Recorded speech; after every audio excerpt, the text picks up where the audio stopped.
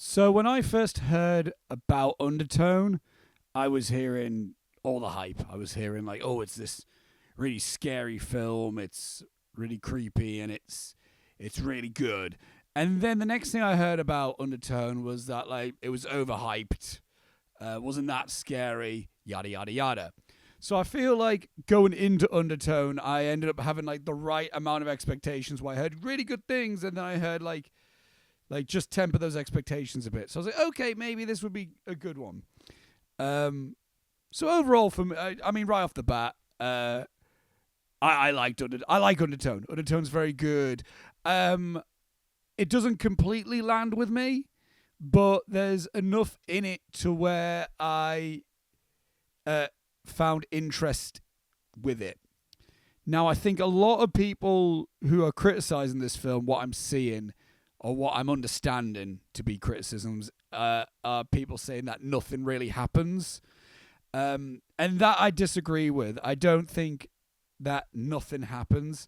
I think if you're going into a horror film expecting a million jump scares per minute and just constant constant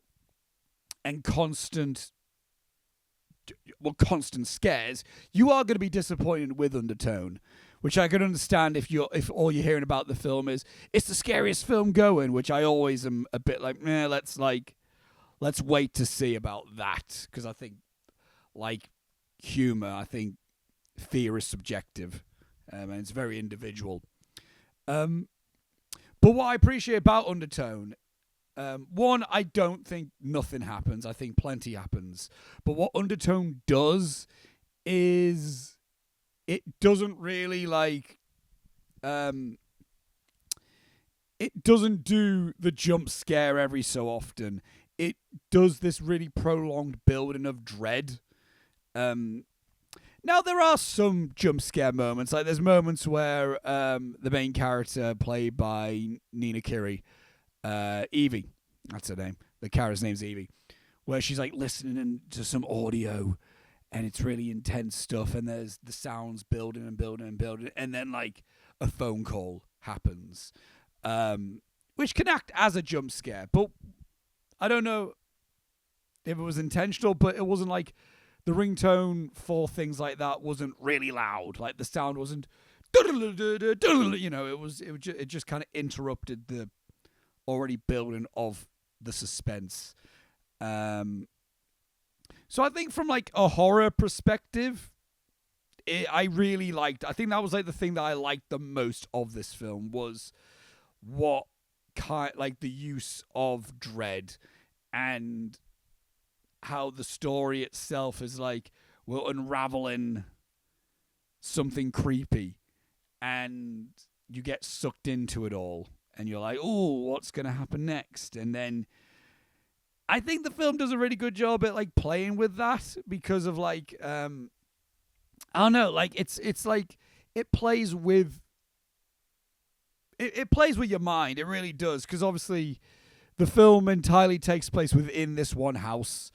And the main character is a podcaster, and any other like we only see Nina Kiri as an actor, and also I don't know her name, but the actress who played Evie's mum, who doesn't have any speaking part in the film, but any other like person that Evie has a conversation with is all voice.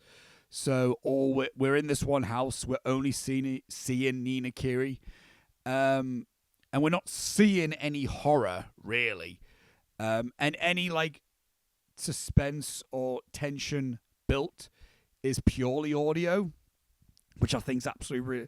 And it could either be pulled off well or not, and I think it's pulled off very well. I do think Ian Tuason, who is the writer and director of this film, is definitely a very interesting horror director, and I'm looking forward to seeing what else he does. I know he's doing a new Paranormal Activity film, which I think is very interesting, and I think he wants to do a prequel to Undertone, based off the voices, the audio files that were sent in that Evie and I forgot the character's name, but Adam DeMarco, his character, the Undertone podcast, what the Undertone podcast is listening to.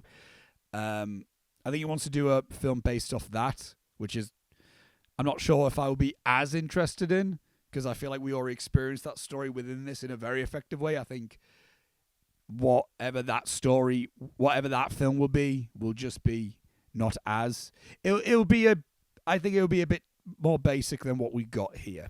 But anyway, I'll judge that film if it ever gets made. But I'm touching on it. I'm mentioning the sound, and I think the sound design is it's great. I think if you're going to see this film in the cinema for any reason, it's because of the sound design. I think one thing that is really played really interesting is there's the moment of where Evie is listening to the audio, this creepy audio, and obviously she's listening to the audio files, and in the audio file you can hear like something over here, like the film's audio. You can hear like a door creaking or like something approaching or something coming from this way. And Evie, the character, reacts by turning and looking in that direction. And to me, that's a really effective way, because I'm like, is that audio playing through, like, is that from the audio files that she's listening to? Or is that audio coming from, it's coming from inside the house? Is it coming from it? Is it in her space? It's really smart. It's really smartly well done. And again, they do some clever things with the sound design, like when Evie puts on the noise cancelling headphones, we just hear like it's like completely like muffled and you can't hear anything. And then when the audio is like, and then when she takes the headphones off, then we hear like everything a bit more clear. It's really effective. And I think the cinematography kind of works in tandem with the sound design, because there's plenty of like, again, it's shot like widescreen as well. It's not like 4:3 or 1:1 or anything. It's 16:9, I believe. And they use like dead space, like they frame Evie on one side of the frame, and then they just utilize the depth of the house, of the rooms, like behind her. So there's moments when I am looking, I'm like, is something behind her? Is something behind her? So all that's really effective. So overall, I think the horror in this film and the horror concept is so fucking neat. It's so cool. And it's really effective. I think, if anything, that's going to be the thing that's going to pull me back to this film. Is like, I kind of want to like be back in that style of horror. What doesn't fully land with me is the broader narrative. And I think there's bits where I'm like, okay, I feel like I need to like, I didn't fully wrap my head around it properly. Not saying I didn't get it, but I know that the film is definitely dealing with themes of motherhood and being a parental figure. One, because obviously within the film, the character of Evie is caring for her sick mum. So there's that. There's also the factor of like within the horror that when they uncover the the podcast hosts, they uncover stuff like children's nursery rhymes and how like they have a really dark undertone, like Baa Baa Black Sheep and Ring Around the Rosies and all that stuff.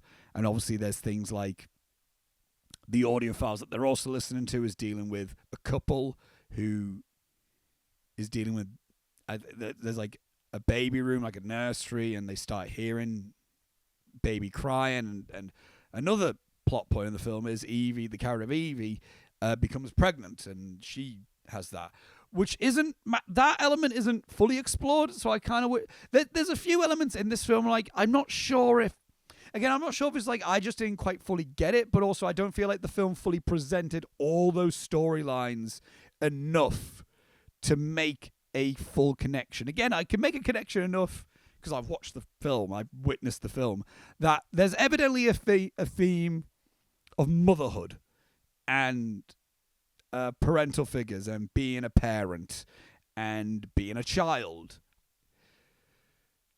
But I don't quite know what the film is trying to say with those themes. That's my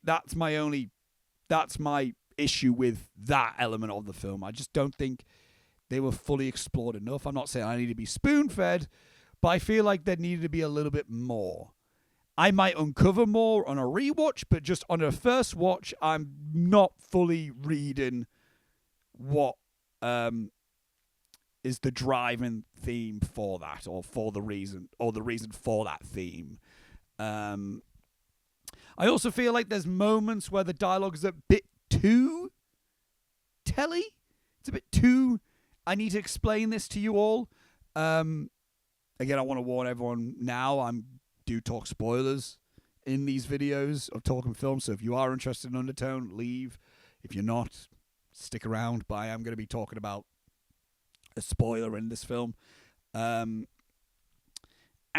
because there's moments where it's like, like the character of Evie, she sits down, she loads up, she gets her mic ready, she puts on her headphones, she calls her podcast host, played by Adam DeMarco, and they talk, and the dialogue is very like, how are you? How's your mum? How are you doing? And it's just all very, it's not unbelievable enough to where that it feels like a conversation you would have, but it also does feel very like, we're starting the film, we need you to know these characters. How are we going to get you to know these characters? They need to tell you about themselves. So things like that, when I'm like, okay, sure. The issue that I have a little bit with this film in terms of being too tell is at the end, literally when everything's culminating and everything's building and building and building and building, and Evie just outright says, I killed my mother. And then Nina Kiri is just looking down at the lens and she's just saying that she killed her mum. Well, I think that I don't know, I feel like a bit more nuance could be had with that. As opposed to literally just saying, I killed my mum. It's a little bit, I don't know. It lost me a little bit on that. I didn't feel any emotional release to that element of it all. But yeah, but also what I think the film benefits with, though, is that it's like 90 minutes. It's like 95 minutes. And it's a perfect storyline for that kind of a runtime. I enjoyed it for that reason, man. And again, and also what I really enjoyed and appreciated with this of how like guerrilla this filmmaking is. I've seen some interviews with Ian Tusson, saying that like obviously it's a very personal film for him. He wrote the film during like a time when he was caregiving his parents, and all that element is very interesting. I think all that element is a very interesting point for a horror to take place and whatnot. But also the fact of like hearing that like the house that they filmed, the location is his childhood home, is the home that he stayed in when caregiving for his parents, and how like the crew and when doing the dialogue stuff with Nina and Adam, how they set up a recording booth in the house upstairs, like in Ian Turson's childhood bedroom, for like Adam DeMarco to be in. Oh, that's just really cool. And it's just, and the film doesn't rely on, I feel like a lot of independent films can rely on the fact of like, we're low budget as a gimmick, whereas like, I think the film stands on its own merits enough that it's independent, like DIY style of filmmaking just kind of adds to how cool it is, I think. And another thing I appreciate about this film, obviously the film is about a podcast team and everything. And the film feels very online. It feels very knowledgeable of internet, but it doesn't feel. But it feels like it understands it. It doesn't feel gimmicky. It's not like corny or cheesy. It feels like, oh, this is just matter of fact. It's a podcast, and there's no gimmicks. I'm not saying it necessarily feels fully authentic. Like there's moments where like where Adam's character is like, oh, I've just found some. I'm downloading now. I'm gonna reverse it, and then like not even a second later, he's got a audio clip that's reversed and he's playing it for Evie. And I'm like, you did all that in a millisecond? You're telling me you downloaded that audio clip and stuck it in like, I don't know, Audacity or Audition and then reversed it then in like a second? There's no way. But that's, neither here nor there. But it feels very, I don't know, I love the concept of it being like it's a podcast and it doesn't feel cheesy or naff. It feels right. And I obviously know Ian Tucson, he's very into like creepypasta, and I'm of a generation where I never got really into creepypastas.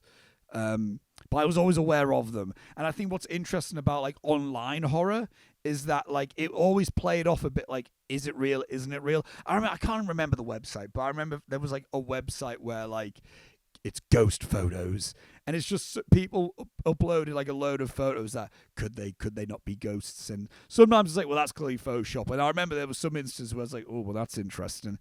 So almost being like online paranormal detectives. I just love that as like to me personally, it connected. It clicked to me for that to be a thing. And I think that kind of horror is really interesting because it does play on the is it real, isn't it real? And we've got like the caricatures of like Evie as the skeptic, and then Adam DeMarco's character, he's the I don't know. I can't remember the word. The opposite for skeptic. He's the believer. That's it. He's the believer. Evie's the skeptic. That's a fun combination of characters to have in a horror film, and they do it well. I feel the end. This is my issue with a lot of modern horror, is that they have a really interesting and cool concept, and they build on that concept, but they just don't know how to stick the landing. And I'm not saying that they didn't necessarily stick the landing with Undertone, because I feel like it was very interesting. They went very trippy and they went very supernatural. I don't quite again, I didn't quite feel it landing fully because I didn't quite feel a payoff, because I don't think a lot was fully covered. But it was a very interestingly directed sequence, and it was a very cool way to end a film. I'm just not sure if I fully understood it, or got on board with it, or clicked with it. On a narrative level, on a visual and on a horror and visual level, great. On like trying to understand this narrative and themes, didn't quite stick the landing for me personally. But overall, I enjoyed Undertone. I think it's a good time in a cinema, but I also feel like it would be very cool to watch Undertone at home, alone, at night, with earphones on. The same kind of way how it's cool to watch Blair Witch Project, or it's cool to watch Lake Mungo. It would be cool to watch Undertone alone at night, lights off, because when you hear a creak or something, the film plays off that, and that's really neat. So yeah, it's fun. It's a very interesting horror. I enjoyed it. Yeah, Undertone's cool, man.